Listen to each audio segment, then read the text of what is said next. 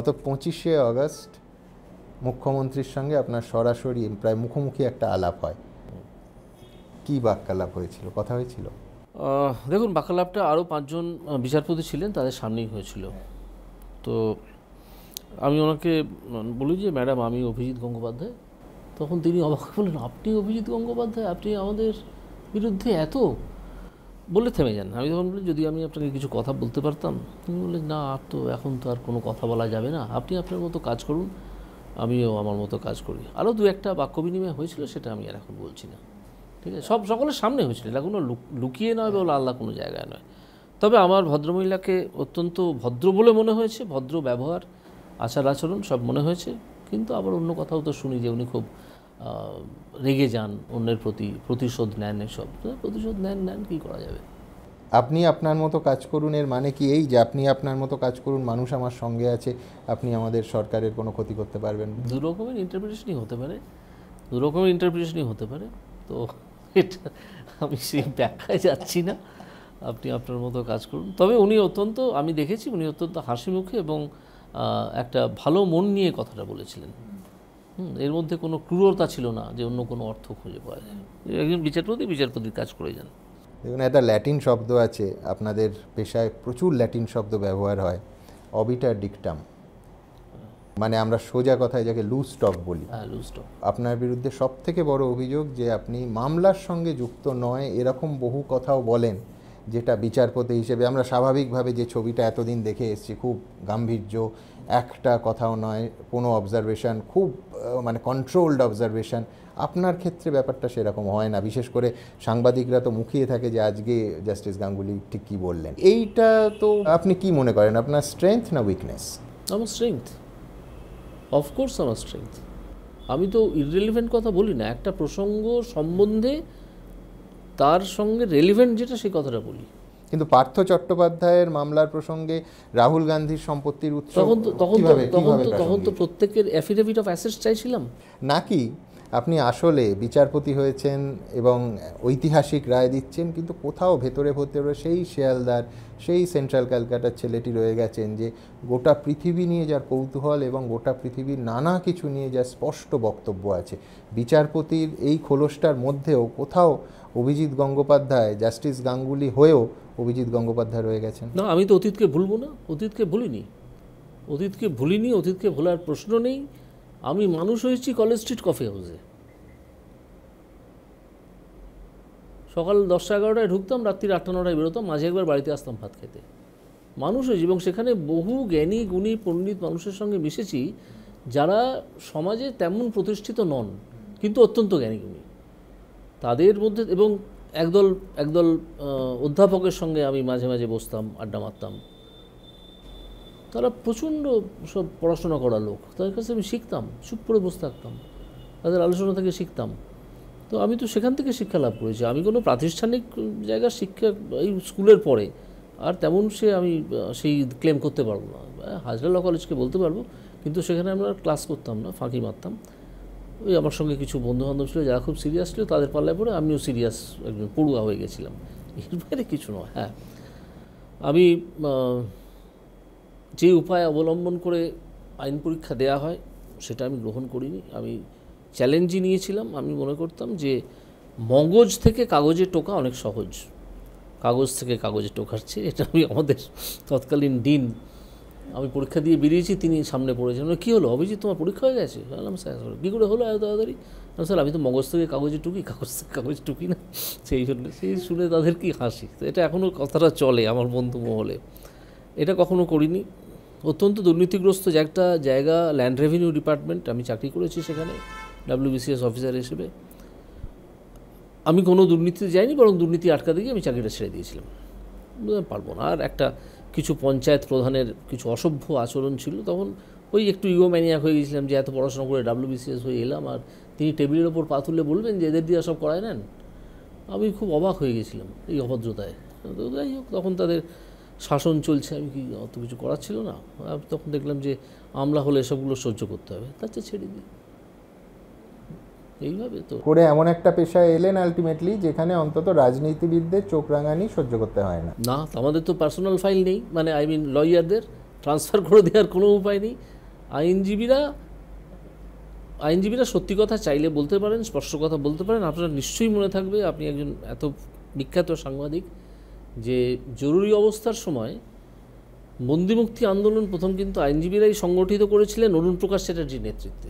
তখন আর কেউ বেরোচ্ছেন না, তিনি করেছিলেন, তিনি এবং তার অনুগামী যারা ছিলেন তারা করেছিলেন। তো আইনজীবীরা এটা পারেন, আইনজীবীদের সেই ক্ষমতা আছে, কিন্তু আইনজীবীরা এখন অন্যরকম হয়ে গেছে। আমাদের ম্যাটেরিয়ালিস্টিক সোসাইটি, আমরা সবাই জিনিসপত্রের পেছনে ছুটছি। কিন্তু এই সমাজে থেকেও ধরুন ওই যে সবার ওপরের সংলাপ ছবি বিশ্বাসের লিপে ছিল না, যে কেউ ফিরিয়ে দিতে পারবে আমার 12টা বছর, প্রায় সেই রকম। আপনি যখন কোর্টে শ্যামলী দেবী 76 বছরের শিক্ষিকা, অবসরপ্রাপ্ত, সেখানে আপনার এক কলমের খোঁচায় তিনি 25 বছরের বেতন 10% সুদ সহ পাচ্ছেন, আদালত চত্বরে কেঁদে ফেলছেন। কোথাও মনে হয় যে বিচারপতি হিসেবে এইটা আমার প্রাপ্তি? মনে হয়। কিভাবে এই ঘটনা কিভাবে আপনাকে স্পর্শ করেছিল? একজন বৃদ্ধা এসে কোর্টে না হাত জোর করে এমন ম্লান মুখে কথা বলছিলেন, অথচ তিনি যে খুব, আমি দেখে বুঝতে পারছি যে তিনি একটা খুব এলোমেলো জায়গা থেকে আসছেন না। বললাম কী হয়েছে? তখন উনি বললেন এই হচ্ছে আমার অবস্থা। তো আমি তো শুনেই প্রথমে আমার রাগ হয়ে গেল, যে এত বছর এই সামান্য ব্যাপারের জন্য পড়ে থাকবে। আমি ফাইল সঙ্গে সঙ্গে কল করলাম, বললাম আপনার এই সপ্তাহেই মামলা হবে। মামলা হলো, আমি অর্ডারটা দেখলাম, দেখলাম যে ওনার মাইনে আটকানোর এবং এই আটকানোর কোনো জায়গাই নেই, সব তদন্ত সব হয়ে গেছে, শুধু টাকাটাই উনি পাচ্ছেন না। তখন আমি একটা অর্ডার দিলাম, খুব কড়া ভাষা দিয়ে অর্ডারটা দিতে হলো, যে এই সময়ের মধ্যে না দিলে কিন্তু আমি অন্যরকম স্টেপ নেব। সেই অর্ডার, আমার প্রচুর অর্ডার এই কথা লেখা থাকে যে appropriate steps will be taken by the court. তো তারা জানে অ্যাপ্রোপ্রিয়েট স্টেপসের কী অর্থ, তারা জানে, মানে যারা এই করেন, শিক্ষা দপ্তরে এখন আছেন, তাকে দিয়ে দিয়েছেন টাকা। এবং তিনি কেঁদে ফেলেছেন। রবীন্দ্রনাথের একটা খুব ভালো কবিতা তিনি বলেছিলেন ক্যামেরার সামনে, আমার সেই কবিতাটা মনে নেই, ওনার সঙ্গে দেখা হবে, ওনার মামলাটা এখনও কিছু কিছু বিষয় বাকি আছে। অভিজিৎবাবু এলেন, আমার দুঃখের কথা শুনলেন, আমার অভিমানের কথা বুঝলেন, হৃদয় দিয়ে তিনি অনুধাবন করলেন ব্যাপারটি, এবং সেই জন্য বোধহয় রিলিফটা আমি খুব তাড়াতাড়ি পেয়েছি। আমার কাছে উনি একরকম দেবতা ছাড়া কিছু মনে হয় না, মনে হয় মহারাজ একই বেশে এলেন হৃদয় মাঝে, হৃদয় পুরো মাঝে। ওনার মামলায় একজন আধিকারিক ওনাকে ডেকে পাঠাচ্ছেন যে আপনি আমার সঙ্গে দেখা করুন, তবে আপনার ফাইল পাস হবে। আমি তাকে ডেকে পাঠিয়ে তার অ্যাসেট চেয়েছি, অ্যাফিডেভিট অফ অ্যাসেট, এটা আমার অভ্যেস আছে, আর ভিজিলেন্স ডিপার্টমেন্টকে বলেছি তার কাছে তদন্ত করে রিপোর্ট দাও, দেখি কী হয়। এটা তো আছে, দুর্নীতিগ্রস্ত লোক বহু আছে শিক্ষা দপ্তরে। এবং এই শ্যামলী ঘোষ কোর্টে দাঁড়িয়ে বলেছিলেন যে তিনি খোঁজ নিয়ে দেখেছেন যে এই মানুষটির বিরুদ্ধে বিভিন্ন অভিযোগ আছে, ঠিক আছে। আর একটা মামলা করতে গিয়ে দেখি তিনিই আবার সেই অভিযুক্ত। একজন ভদ্রমহিলা এসে বলছেন যে আমি এডিআইকে বলতে গিয়েছিলাম, তিনি সিঁড়ি দিয়ে নেমে গেলেন বলতে বলতে যে আমার সঙ্গে দেখা করে কোনো লাভ হবে না। তাহলে একজন ভারতীয় নাগরিকের প্রতি আচরণ করা যায়? আমি তো ভারতের নাগরিককে মাথায় তুলে রাখি, সবসময় বলি ভারতের নাগরিকদের সঙ্গে ভারতীয়রা এই আচরণ করতে পারে না। এই কনসেপ্টটাই তৈরি হয়নি যে আমার সহ নাগরিক, আমি কেন অভদ্র ব্যবহার করবো। আর আমাদের একটা সাধারণত এই অফিসের যারা বাবু, তাদের একটা যেন মনে হয় খারাপ ব্যবহার করা একটা তাদের রোগের মধ্যে, মানে এর মধ্যে, অধিকারের মধ্যে। খারাপ ব্যবহার, মিসবিহেভিয়ার একটা খুব বড় চার্জ হতে পারে। যদি কেউ গোপনে ক্যামেরাবন্দি করে রাখেন এবং তার কাছে অ্যালিগেশন করেন, এটা তারা জেনে রাখুন যারা মিসবিহেভিয়ার করে, চাকরি চলে যেতে পারে, চলে যাবেও হয়তো। খুব সাবধান, মিসবিহেভিয়ার কারোর সঙ্গে করবেন, মিসবিহেভ করবেন না, একদম করবেন না। আপনি যদি রেগে গিয়ে দু কথা বলেনও মার্জনা চেয়ে নেবেন পর মুহূর্তেই, আপনার তো মাথা ঠান্ডা হবে কিছুক্ষণের মধ্যেই, তাই না? আগুন তো আর সারাক্ষণ জ্বলে না। এই যে অন্যায় দেখে আপনার ফুঁসে ওঠা, এটা কোথাও আপনার মনে হয় না যে মানুষের আপনার প্রতি প্রত্যাশা আকাশে পৌঁছে দিচ্ছে? মানে এমনিতেই ধরুন কোনো কেউ রাস্তা পাচ্ছে না, কোথাও কেউ সুরাহা দেখাতে পারছে না, মানুষ ভেবে নেন যে আমার শেষ আশ্রয় হচ্ছে বিচার ব্যবস্থা। সেইখানে একজন জাস্টিস গাঙ্গুলি আছেন যিনি আমার চোখের জলের মূল্য দেবেন বা আমার যন্ত্রণাটা বুঝবেন। আমি বলছি এইটা তো একটা প্রত্যাশার বিপুল চাপ তৈরি করছে, এবং আপনাকে কোথাও একটা মসিহা হিসেবে মানুষ দেখছেন। ট্রামে, বাসে, সব জায়গায় আপনার রায় নিয়ে আলোচনা হচ্ছে। এই সিস্টেমে যদি মানুষ এইভাবে দেখেন, তো আমি তো তাদের কাউকে দেখতে বলিনি, আমার কাজটা তাদের ভালো লেগেছে, আমি তো আত্মপ্রচার করতে যাইনি। হ্যাঁ, আমি হয়তো অন্যান্য মন্তব্য করেছি, কিন্তু সে তো তখন কজন লোক ছিলেন, কিছু সাংবাদিক ছিলেন, তারা সেটাকে হয়তো তুলে এনেছেন, সেই নিয়ে আলোচনা হয়েছে। আমি দুর্নীতির বিরুদ্ধে সত্যি কড়া পদক্ষেপ করেছি বলে আমি মনে করি, আরও কড়া হয়তো আমাকে করতে হবে এরপরে, যে যা অভাবিত পদক্ষেপ আমাকে করতে হতে পারে সে করার জন্য আমি প্রস্তুত, এবং আইনের প্রভিশন আমার পক্ষে। আমি আমার মতো করেই কাজ করছি, আমি আমার নেচার অ্যান্ড ক্যারেক্টার বদলাবো না, এইভাবেই আমি চলব। ধরুন আইনজীবী থেকে বিচারপতি হওয়ার যে প্রক্রিয়াটা, হওয়ার পর জীবনযাত্রা কতটা পাল্টায়? আমি এই জন্যই প্রশ্ন আপনাকে করছি যে আজ থেকে ঠিক এক যুগ আগে মাননীয়া রুমা পাল, তার সঙ্গে আমার আলাপ হওয়ার সুযোগ হয়েছিল, তো অনেক কিছু শুনেছিলাম। তখন সদ্য তিনি অবসর নিয়েছেন, যে এক তো বাচ্চুবাবুকে মানে প্রখ্যাত সমরাদিত্য পালকে বাড়ি থেকে তার চেম্বার শিফট করিয়ে নিয়ে যেতে হয়েছিল রুমাদি জজ সাহেব হওয়ার পর। দুই হচ্ছে দুজনে অত বছর একসঙ্গে কোনো বিচারপতিদের অনুষ্ঠান বা আইনজীবীদের অনুষ্ঠানে যাননি।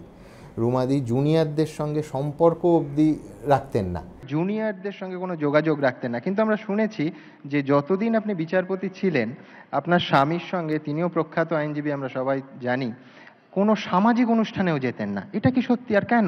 আমার স্বামী আর কি কখনোই কোনো অফিসিয়াল ফাংশন যেখানে জজেরা থাকতো সেখানে উনি আসতেন না, আর আমি যে কোনো ফাংশন যেটা লয়াররা থাকতো আমি সেখানে যেতাম না। এবং যেদিন আমি জজ হই সেদিন থেকে উনি ওনার চেম্বার আমাদের বাড়ি থেকে দূরে নিয়ে গেলেন, তাতে কোনো লয়ার বা কোনো মক্কেল আমাদের বাড়িতে আসতো না। আমি বলছি এইটা একজন বিচারপতি হওয়ার পর আপনার জীবনেও এই ধরনের পরিবর্তন এসছে? হ্যাঁ, অনেক এসছে। কীরকম? অনেক এসছে, যে ওই রকম যে মেলামেশার দিক দিয়ে আমি পুরনো বন্ধুদের সঙ্গে আর সেইভাবে মেলামেশা করতে পারি না। কয়েকজন বন্ধুকে তো আমাকে জীবন থেকে বাদই দিতে হয়েছে। তারা অভিমান করেন না বা ভুল বোঝেন না? করেছে, কিন্তু আমার এখন কিছু করার নেই, আমার রিটায়ারমেন্টের আগে আর কিছু করার নেই, রিটায়ারমেন্টের পরে করব।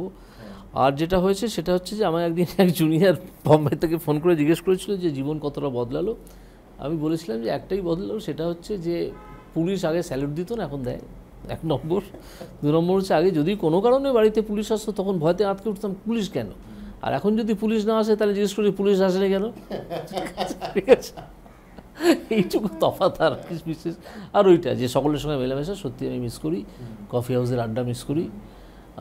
এবং আপনি তো বন্ধুমহলে অত্যন্ত জনপ্রিয় ছিলেন, সেইটা ছেড়ে তো আপনারও একটা নিশ্চয়ই কষ্ট হয়েছিল। কিন্তু এখানেও আমার যে বন্ধু বান্ধব যারা আছেন বিচারপতিরা, তারাও অত্যন্ত ভালো এবং আমাকে অত্যন্ত ভালোবাসেন, আমাকে প্রতি মুহূর্তে মানুষ করার চেষ্টা করেন।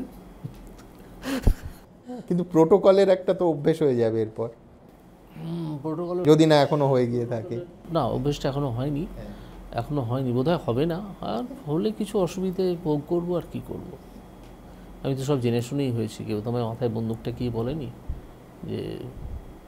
ঠিকই, কিন্তু প্রায় এখন যেভাবে আপনি বাঙালির বিবেক হয়ে উঠছেন, আমি দেখছিলাম আপনার বাড়িতে সেই বিখ্যাত সংলাপ পোস্টার করে বাঁধানো আছে যে ভাবা প্র্যাকটিস করো। মানুষ ভাবা ভুলে গেছে, কিন্তু আপনি তো বাঙালিকে ভাবাচ্ছেন। যদি বাঙালি ভাবে, আমি মনে করব যে বাঙালি আবার তার চরিত্রে ফিরে এসছে। বাঙালি ভাবছে না, এটা আমার কাছে যে কত কষ্টের ব্যাপার। একটা আনথিঙ্কিং, নন থিঙ্কিং জেনারেশন তৈরি হচ্ছে, কিচ্ছু ভাবে না। একটু তলিয়ে ভাবো না, ভাবলেই বুঝতে পারবে কোথায় ফাঁকি, কোথায় জল মেশানো হচ্ছে দুধে। ভাবা প্র্যাকটিস করো, ভাবার অভ্যেস উঠে গেছে। জাস্টিস গাঙ্গুলি, 2020 সালে ইন্ডিয়া জাস্টিস রিপোর্ট বলছে যে 50,000 মানুষ প্রতি এই দেশে একজন বিচারপতি আছেন। হাইকোর্টে 44 লক্ষ মামলা পেন্ডিং, নিম্ন আদালতগুলোতে 3 কোটি। আমি বলছি যে বিচারের সময় একটা মামলার ক্ষেত্রে গড়ে 3 বছর সময় লাগছে। আমি বলছি এই জায়গা থেকে আপনি যখন বসেন, বিচারপতিদের ব্যক্তিগত স্ট্রেসও তো একটা বিপুল হয়, সেটা কি করে সামলান? এটা যখন আমরা বসি না, তখন আমরা মাথায় রাখি যে 2 ধরনের মানুষ আদালতে আসেন। একটা হচ্ছে সত্যিই যারা মনে করছেন তাদের বিরুদ্ধে কোনো অন্যায় হয়েছে, অবিচার হয়েছে, তারা আসেন। আরেকদল বদমাইশ মানুষ আসেন, তারা আদালত থেকে একটা আদেশ নিয়ে গিয়ে সেটার প্রোটেকশানে থাকবেন। ঠিক আছে, তো তাদেরকে আমরা সঙ্গে সঙ্গে ধরতে পারি, চিহ্নিতও করতে পারি। তাদের মামলা আমি অন্তত সঙ্গে সঙ্গে 1 লাইনে রিজেক্ট করে দিই। ঠিক আছে, আর যারা দেখি যে সত্যি তাদের সঙ্গে সঙ্গে নিই, যদি কেউ দেখি যে এসে সত্যি একটা ইম্পর্টেন্ট মামলা বলছে, আমি যেটা ফলো করি সঙ্গে সঙ্গে দুটোর সময় নিয়ে নিই। ওই যে কেউ কেউ অভিযোগ করেন যে এই আপনার মামলাটা হবে, ওনার মামলাটা হবে, এটা তারা জানেন না বলে করেন। আমি সঙ্গে সঙ্গে সকালবেলা লিভটা দিয়ে দিই যে এই মামলাটা 2টোর সময় হবে, এটা 3টের সময় হবে। যদি দেখি যে সত্যি, সেটা হয়তো লিস্টে নেই, তখন একটা সাপ্লিমেন্টারি লিস্ট পাবলিশ করতে হয়, পাবলিশ হয়, হাইকোর্ট সেই সিস্টেম আছে, সেইভাবে করি। আর যদি বলেন যে এত মামলা জমে আসে, তার মূল কারণ হচ্ছে যে দেখুন, আমি আর আরেকজন যদি আপনার সামনে বিতর্ক করতে শুরু করি, তখন আপনাকেও ভাবতে হবে কোন দিকে যাব, সব প্রিন্সিপালস মাথায় রেখে, ঠিক আছে? ফলে সেই সময়টা লাগবেই। দ্বিতীয়, বিচারপতির সংখ্যা খুব কম, খুব কম। এরকম তো বেশ কিছু বছর আগে জাস্টিস সত্যব্রত সিনহা একটা সেমিনারে বলেছিলেন যে ভারতবর্ষে পশুপালন দপ্তরের জন্য যে টাকা খরচ করা হয়, বিচার দপ্তরের জন্য সে টাকা খরচ করা হয় না। আমি তো অনেক জায়গায় জোনাল জাজ হিসেবে গেছি, জোনাল জাজ হিসেবে গিয়ে দেখেছি এক একটা জায়গায় আদালতের বাড়ি অকল্পনীয়, সেখানে কিভাবে তারা কাজ করছে। যদি আমি একটা ভালো পরিবেশ তাকে দিতে না পারি, আমি কি করে ভালো কাজ আশা করব তার কাছ থেকে? আমি দুর্গাপুরে একটা নতুন বাড়ি তৈরি হচ্ছে, আমি প্রথমে এতে ছিলাম, পশ্চিম মেদিনীপুরে ছিলাম, ওটা পশ্চিম বর্ধমান ছিলাম। সেখানে গিয়ে দেখলাম যে যে বাড়িতে তারা কাজ চলে, সে বাড়িতে উপর থেকে ভেঙে ভেঙে পড়ছে চাঙড়, জানেন, নোংরা একেবারে। কোনো যতই আলো দিন, সেই আলো ওখানে শুষে নেবে, ও আলো দেখা যাবে, মানে আলোর কোনো প্রভাব হবে না। তিনি সিট থেকে নেমে গিয়ে একটা খুপড়ি ঘরে বসে জাজমেন্ট লিখছেন। আমার দেখে এত কষ্ট হলো না, এত খারাপ লাগলো যে এই ভারতবর্ষের জুডিশিয়ারি, এখানে এক্ষুনি আলাদা যে কমিশন তৈরি করার একটা কথা হচ্ছে, যে জুডিশিয়াল ইনফ্রাস্ট্রাকচার কমিশন বা কমিটি, দিল্লিতে কথাটা হচ্ছে, এটা এক্ষুনি যদি ইনফ্রাস্ট্রাকচারের উন্নতি না করা যায়, তাহলে কিন্তু এই মামলা জমতেই থাকবে এবং বিচারপতির সংখ্যা বাড়াতে হবে। আপনি নিজেকে কিভাবে অ্যাসেস করেন? আয়নার সামনে জাস্টিস গাঙ্গুলিকে দাঁড়াতে হবে, আমি নিজেকে দক্ষ, সৎ, কি কি জায়গায় টিক মারবেন? না, দক্ষতায় আমি ততটা টিক মারবো না, আরও অনেক দক্ষ বিচারপতি আছেন, আমারও আরও দক্ষ অভিভাবকরা আছে, কিন্তু আমি সৎ। একথা বলতে আমার কোনো দ্বিধা নেই যে আমি একজন সৎ মানুষ, সৎ জীবনযাপন করি। আপনার কোনো রাজনৈতিক এজেন্ডা নেই, মানবেন? আজকেই আমি তার উত্তর দেবো না। আচ্ছা, কিন্তু যদি থাকে সে তো মারাত্মক। বিচারপতি হিসেবে আপনার রাজনৈতিক এজেন্ডা থাকলে তো না, সে রাজনীতি কোনো দলীয় রাজনীতি নাও হতে পারে। আচ্ছা, আমি একটা মতাদর্শ বলছেন? মতাদর্শ আমি টুল নিয়ে রাস্তায় দাঁড়িয়ে বলতে পারি যে এর বিরুদ্ধে একজোট হও, দুর্নীতির বিরুদ্ধে হতে হবে। প্রয়োজন হলে রাস্তায় বসে 103 দিন অনশন করে মরে যাও, একটা চাপ তৈরি হবে। বিভিন্ন জায়গায় দুর্নীতি হচ্ছে, আমার একমাত্র এজেন্ডা হচ্ছে দুর্নীতি। আমি দুর্নীতিকেই দেখেছি ভারতবর্ষের একটা অভিশাপ হিসেবে, দুর্নীতিকে। এইটা কমাতে পারলে, এটা যদি কোনোভাবে, মানে কমানো তো শেষ তো করা যাবে না, একটু চাপ যদি বজায় রাখা যায়, তাহলে খানিকটা কাজ হয়তো হবে। আপনার আবেগের স্পর্শ আমি প্রায়ই পাচ্ছি বহু প্রশ্নের উত্তরে, কিন্তু প্রথম আমরা দেখেছিলাম 2016 সালে তৎকালীন প্রধান বিচারপতি টি.এস. ঠাকুর, তিনি কেঁদে ফেলেছিলেন প্রকাশ্যে যে মাত্র 21,000 বিচারক এবং বিচারপতি মিলিয়ে যে সংখ্যাটা, সেটা 40,000 হওয়ার প্রস্তাব তিনি সরকারকে দিয়েছেন, পাচ্ছেন না। তো আমি বলছি যে এইখানে কোথাও একটা, যত মানুষ বিচার চাইছেন আর যত মানুষকে বিচার দেয়া যাচ্ছে, ন্যায় বিচার, তার ভিতরে ফারাক থেকে যাচ্ছে, বিরাট ফারাক থাকছে। মানুষ তো সেই জন্য আদালতে আসে না, পার্টি অফিসে যায় তার প্রবলেম সেটেল করতে।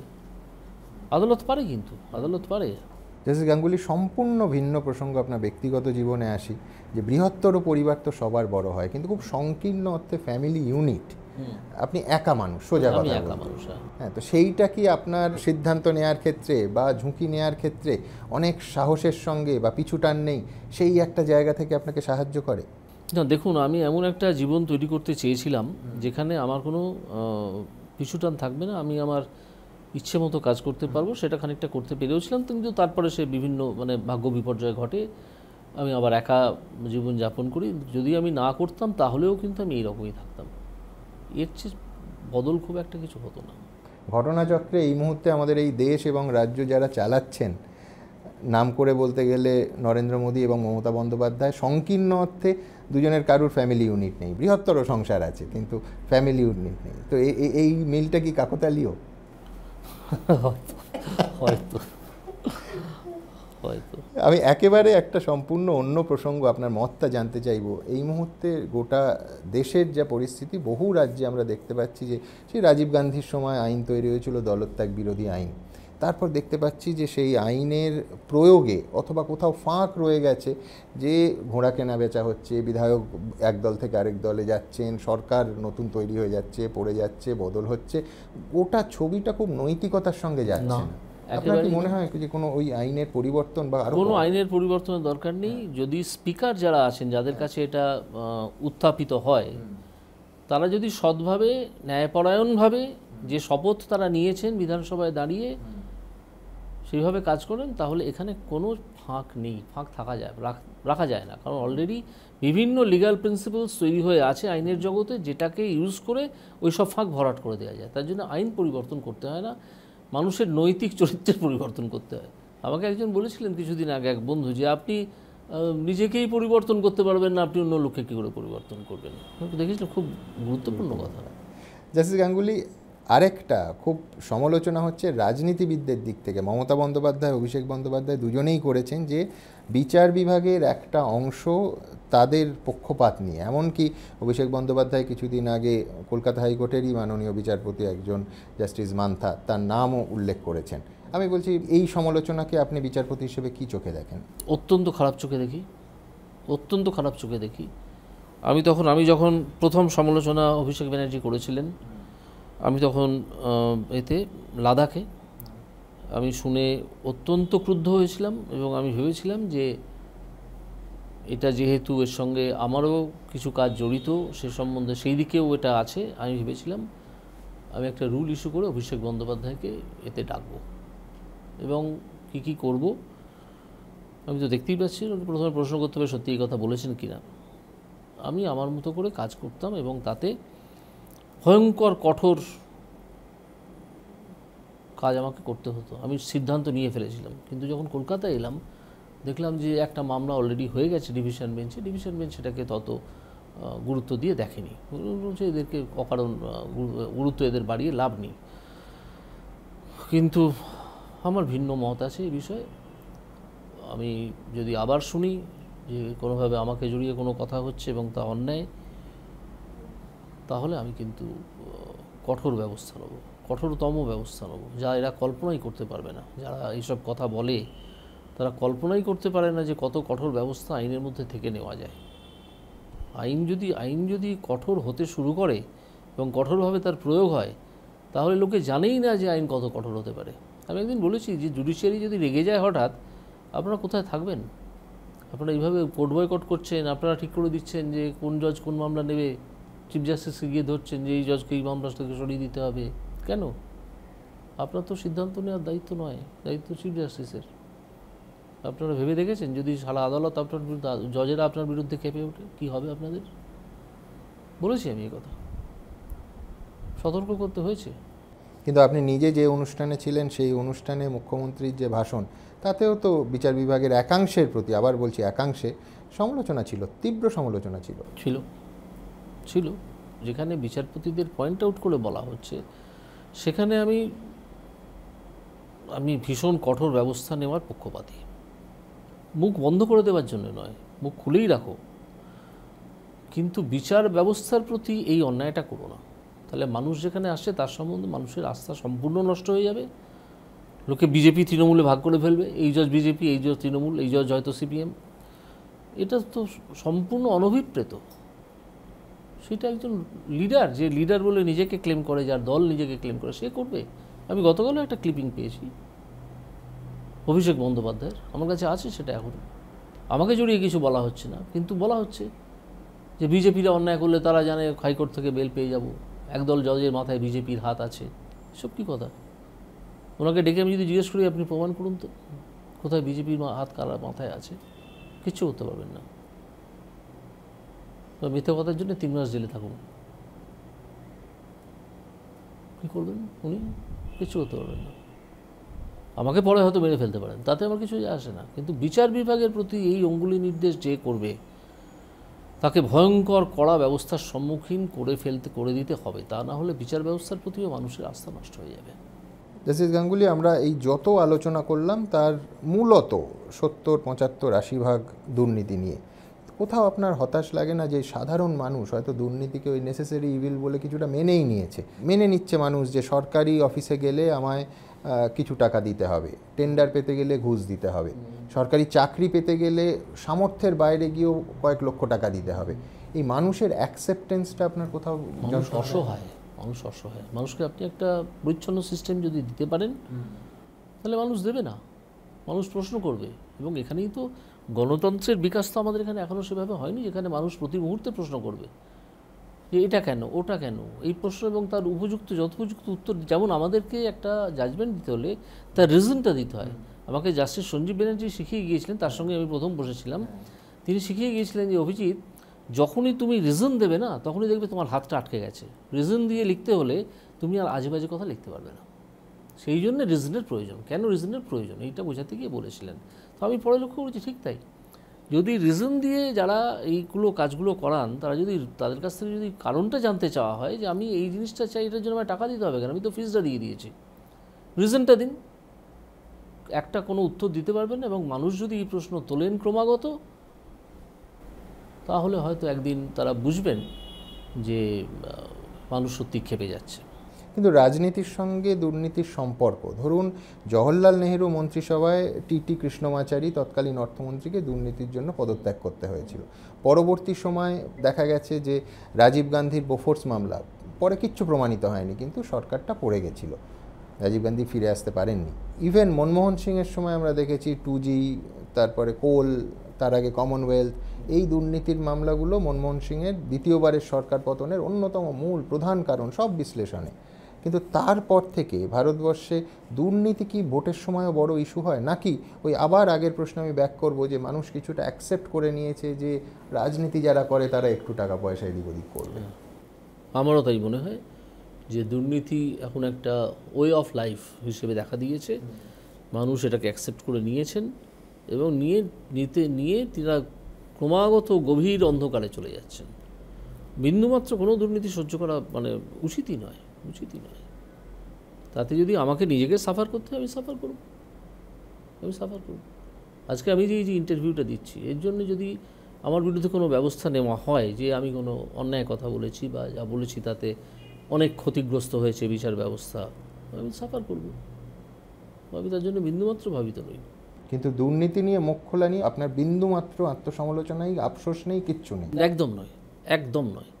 কারণ আমি ব্যক্তিগতভাবে মনে করি দুর্নীতি ভারতবর্ষ যা হতে পারত তা ভারতবর্ষকে হতে দেয়নি। জাস্টিস গাঙ্গুলি, অনেক অনেক ধন্যবাদ আপনাকে। আপনাকেও নমস্কার। আপনার সাথে কথা বলে অত্যন্ত ভালো লাগলো। আমরা এই অনুষ্ঠান যখন শুরু করি তখন ভেবেছিলাম যে রাশভারী একজন বিচারপতির সেই আড়ালটা সরিয়ে দিয়ে মানুষ অভিজিৎ গঙ্গোপাধ্যায়কে দেখব, পাশাপাশি বোধহয় তার আবেগ, মানুষ হিসেবে তার আবেগ বিচারপতি হিসেবে তার সিদ্ধান্তকে প্রভাবিত করছে কি না, পিছনে কতটা কাজ করছে তাও একটু যাচাই করে নেব। আমি জানি না দর্শকরা এই সাক্ষাৎকার থেকে তাদের প্রতিক্রিয়া কি হবে, কিন্তু এইটুকু বলবো যে মানুষটির ঘরে পোস্টার করে টাঙানো আছে যে ভাবা প্র্যাকটিস করো। আমি বলছি বাঙালিকে কিন্তু তিনি ভাবাচ্ছেন, আর এইখানেই তার সবথেকে বড় জয়। ধন্যবাদ, ভালো থাকবেন সবাই।